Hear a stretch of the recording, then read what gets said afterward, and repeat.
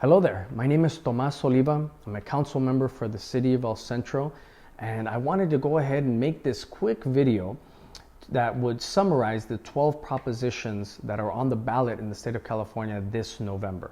I've had a lot of folks come up to me and ask me for my opinion or ask me if I could summarize some of them, these propositions for them.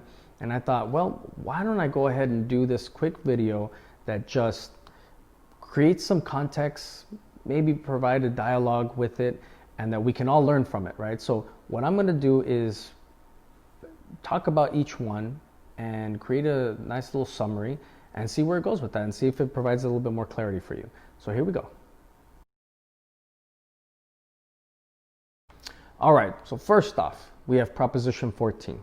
Proposition 14 would authorize the state of California to issue bonds in the amount of $5.5 billion in order to fund stem cell research, cancer research, and build certain facilities.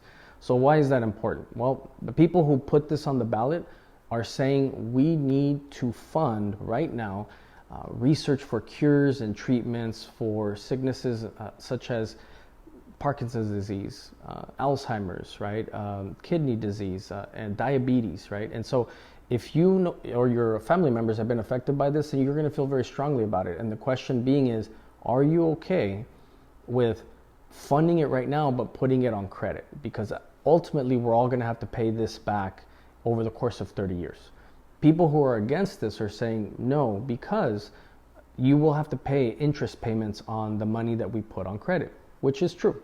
And so really you just have to ask yourself, are you okay with putting something such as cancer research and treatments on credit so that we can get there now? Or do you want to wait over time for us to save up that money and then put it to work sometime down the line? So that's really the question. If you vote yes, you're voting for us to issue the bonds, basically put it on credit. Now, if you vote no, you're saying no, don't do it because it's too expensive. So what do you think? So the next one, Proposition 15. This one's a little bit complicated because it has to do with property taxes and the way we fund schools.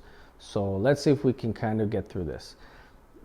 Proposition 15 would allow for the property tax rate of commercial and industrial properties valued at over $3 million to be able to go up, which means that they would pay a little bit more. And that little bit more would go to schools, would go to teachers, would go to colleges, universities, and would fund them at a higher rate than we do right now. If you vote no, it would allow it for it to stay the same. And the reason for that is because when commercial and industrial properties get sold, their tax assessment value gets placed, and it might go up, it might go down. But right now, it's set at when they bought it. So the question is that you have to really ask yourself is, do we pay enough into our education system in the state of California? If you think that we do pay enough and we need to figure out some other way, then I think that you would agree that no is your position on Proposition 15.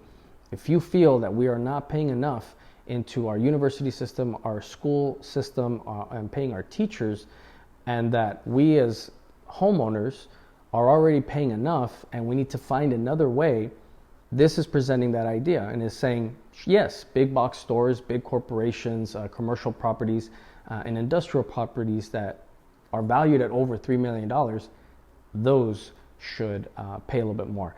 And so you would be voting yes on this. So really just the question is, should we require property owners of commercial and industrial properties to pay a little bit more for education? What do you think? All right, next up we have Proposition 16. Proposition 16 would allow diversity as a factor in public employment, education, and contract decisions in the public sector. So what does that mean? So people who are for this and supporting this proposition are saying that we need to have a more diverse student body in our universities, and we need to have a more diverse working class that work in our different levels of government. So what this would do is it would allow that government who has to give a contract or to hire somebody to say, we're going to look into or consider your gender, your race, your ethnic background, your color, so that we can ensure that the people working on behalf of you reflect the community better than what it currently is. And if you are against this, or the people who are against this are saying that no, doing that is a type of discrimination. And so really what you just should be focusing on is the qualifications and the merits of that applicant. Is the purpose of government to not only ensure equity, fairness, but also to include diversity in its working force? That's something that you have to ask yourself. And so what we're talking about here is if you have two equally qualified candidates that are applying for a job, that the government could then say, well, okay, you both equally qualified.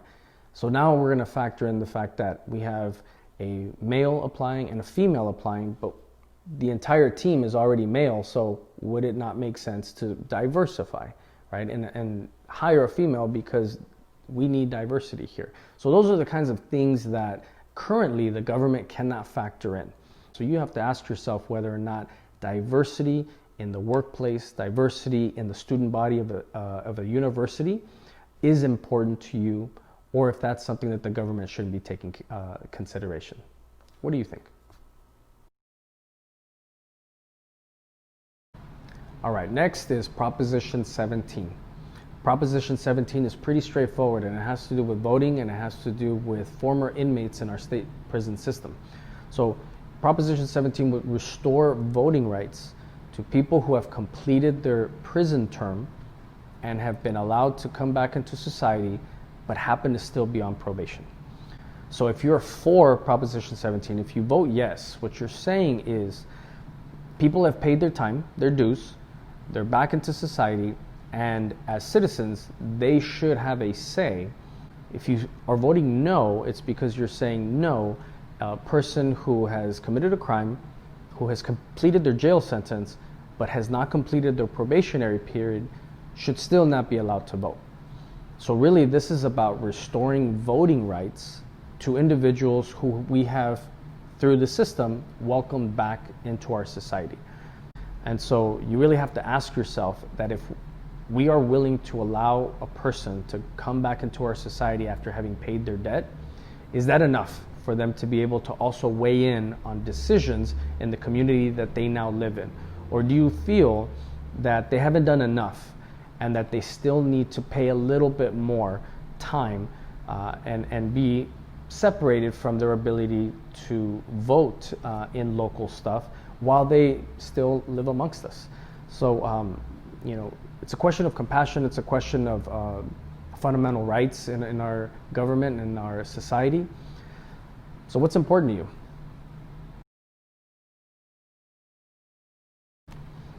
All right, Proposition 18 is next. And it's really easy to remember. Proposition 18 is about voting before you're 18. What this proposition would do, it would allow people who are currently 17 years old, but will be 18 before the general election in November, to be able to vote in the primary. So in California, the primary is in March. So you can have 10 people running for office for this one seat, and in March, we all decide who we want. And from March, the top two go to November. But if you're 18 in November, you can't weigh in March, because currently you're 17 and you can't vote. So the question is, should someone who will ultimately be allowed to vote in November also have a say in who those top two people are at the election in the primary in March? Some people say that it shouldn't happen because they're 17 and they should wait until they're 18 like the rest of us, kind of thing. And that's valid. But the people who put this on there are saying that, is it fair to have to wait until November and have to pick between two candidates that you didn't get to choose because at 17 you weren't allowed to vote earlier on that year? So again, If you think that they should have a say because ultimately they're going to be allowed to vote in November, then you're going to vote yes. If you think that a 17-year-old should still not be allowed to vote in the primary in March and have to wait to choose the final two in November, then you're going to vote no. What do you think? All right, next we have Proposition 19. Proposition 19 has to do with property taxes and seniors of 55 and over, people who are disabled, and victims who have been displaced of a wildfire or a natural disaster. So what Proposition 19 would say is that if a senior, qualified senior over 55, somebody that is currently disabled or a victim of a wildfire or natural disaster, to be able to move to another house, another property, and take the property tax rate of their old property and apply it to their new one, right? Now, why would you want to do that? Well, if you're 55 and older and you're trying to downgrade your property, you're trying to go from a 2-story to a 1-story, you're trying to go from a large square footage down to a small one, then you're going to want to move that rate of your current home, because you bought it such a long time ago, it's a nice low rate, into something that's newer, that if you were to move in there right now, it would be a higher rate. And people who are disabled are not working, people who are senior citizens are not working, and if you've just been a victim of a wildfire or a natural disaster, cost is something that you're really paying attention to. So the people who put this on the ballot are saying that we should look out for those folks and that we should allow them to transfer the property tax rate of their old home and be able to apply it to their new home. People who are against this are saying that's not fair, and that if you're going to move, if you're going to go into something and the value there is higher, then you should probably consider that before moving into it, and you should probably really think about that, because at the end of the day, the property taxes that we pay go to fund our education, go to fund our firefighters, our public safety, and many other things. So the question is it important to you that the property tax rate that people that are 55 and over pay should remain low? Then you're going to want to vote yes on this. But if you think that it's important that if they move to something, and that something by themselves should be lower, and not having to switch around property tax values and things like that, then you're going to vote no, right? This one is a little complicated, but ask yourself what's important to you. All right, so next we have Proposition 20. Proposition 20 is a little complicated only because of the way that it's written, and a yes vote is on something and a no vote is on something. So here we go. So what it has to do is a yes vote would be a yes on harsher restrictions for somebody who committed a non-violent offense to be eligible for parole, right? So typically speaking, after they've served their time in prison, served their time in jail, they would be eligible for parole. If you feel that that's enough, then you want to vote no. Voting no would say no on harsher restrictions. So this is why it's kind of complex. So ask yourself if a non-violent offense should be eligible for parole. If that should be expanded, then you want to vote no. If you think that we should restrict and limit how many non-violent offenders can get parole, then you want to vote yes. So what's important to you? All right, we're almost there. Now we're at Proposition 21. And Proposition 21 has to do with rent control in the state of California. The state legislature and the governor established a rent control system that is available for all of California and allows for local jurisdictions to adopt it into their local area. But California, it sets the standard, meaning the state will allow for certain protections at a certain level, and that's the only level that you can have. What Proposition 21 would do is it would allow local governments, city councils, county board of supervisors to adopt restrictions, protections that are different than what the state of California currently requires. When I hear different, that means they could be better or they could be worse, right? It depends on who you elected to represent you at those different levels. So voting yes would say that yes, you would like to have your county board of supervisors or your city council members to adopt different restrictions than what the state of California currently allows. If you vote no, then what you're saying is that no city council members and no county board of supervisors can adopt something that is different than the state of California. The question on Proposition 21 is whether or not you value local control, and if you think that your local representatives, meaning your city council members and your board of supervisors, have your best interests at heart and should have the right to kind of tailor these protections and these restrictions different than the statewide approach. What do you think? All right, next we have Proposition 22. It has to do with an industry that I think we've all participated in, and that is ride sharing. Once upon a time when Lyft and Uber first started, they would hire you to be a driver, right? And to take folks from one place to another. How they were different from taxis is that if you were a taxi driver, the vehicle and yourself were full-time employees or property of the company. For Lyft and Uber and this ride sharing, these drivers were not full-time employees. They were not considered employees. They were just independent contractors. Like, I just hired you this one time for this one gig, and I need you to just take this person from one place to another, right? And once you do that, we're done. The state of California said no, because there comes a point where you're hiring them for a bunch of small contracts that really, when you add it up, they're kind of like your employees. At the end of the day, the state of California decided to pass laws and say, you will consider them your employee. So these companies obviously didn't like the change from independent contractor to full-time employee. So they went ahead and put this on the ballot to basically ask the people of the state of California what we think. At the end of the day, you have to ask yourself, are these folks full-time employees, and do they require the benefits of healthcare, overtime, compensation for wear and tear, or should they be considered independent contractors? Now, Proposition 22 does have some safety nets, right? Like, they do require companies to provide some level of medical, some level of protections of not driving too long in one shift. So those things are good, but the protections as being an employee is a lot more. If you're voting yes, you're saying yes, these companies can look at their drivers as independent contractors only. What that would do is keep the costs and the fares of these rides low.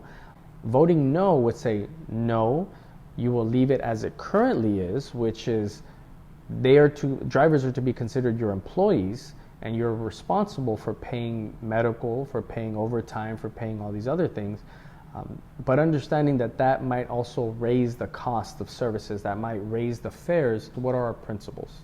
Is it the protections of the workers, or is it the cost of these services? Who gets to pay the fair share? What do you think? All right, next we have Proposition 23. Now, Proposition 23 has to do with dialysis centers here in the state of California.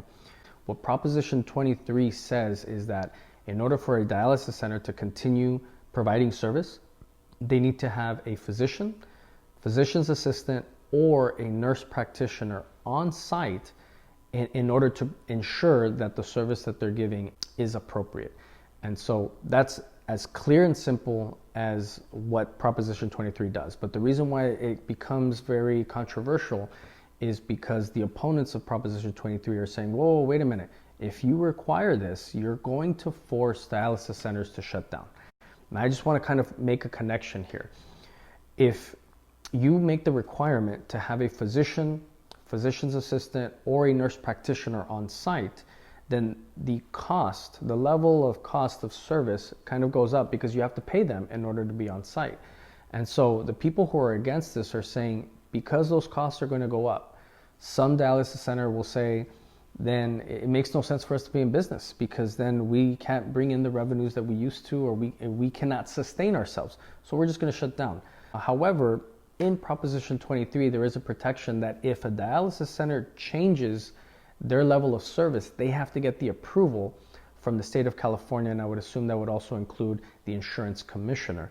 So if you vote yes, you're voting yes that you think it is appropriate to have a physician, physician's assistant, or a nurse practitioner on site when dialysis services is being done.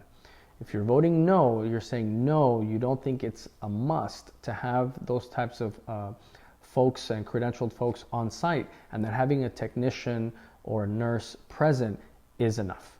What do you think? All right, second to the last one, Proposition 24. Proposition 24 has to do with our privacy rights. So right now, with all this technology that is surrounding us, social media, there's a lot of tech companies that are able to gather our personal information. They're able to take our likes, our interests, our hobbies, our identifiable characteristics, our demographics, and sell that to companies who are trying to tailor just some shopping preferences, some destinations, some travel tips and whatnot, right? It's all part of this ecosystem of experience in technology.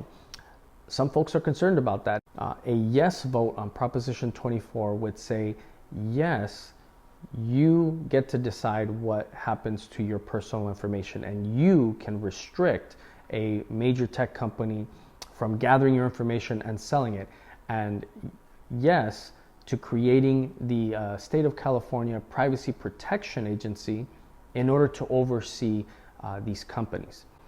A no vote would say, no, let's not restrict the ability to get my personal information, and to allow companies to gather that and provide some more convenient services for us.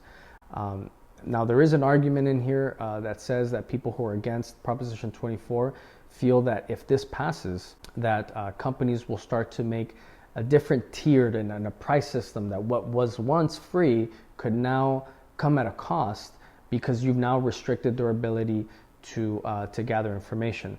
Now, I don't know if necessarily that's true, but I did want to share that. Theme here is privacy rights. Where do you stand on it? All right, last one, Proposition 25.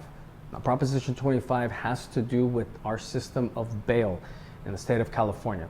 Currently, if you are accused of a crime and a judge issues a bail, say $50,000, that means that you, first of all, have to wait in jail until your court date unless you can post bail, which means you would have to come up with $50,000 so that they could hold it for you in order for you to be released and wait for your court date outside of jail. Really, your ability to either wait in jail or wait at home is if you can raise the money of the bail that was set by the judge. What Proposition 25 does is it changes that system. So rather than it being based on money, it's based on the severity of the crime that you're accused of. If a judge feels that you are a risk to society or that you're a flight risk, then that person will most likely have to wait in jail for their court date regardless of whether they can raise money or not.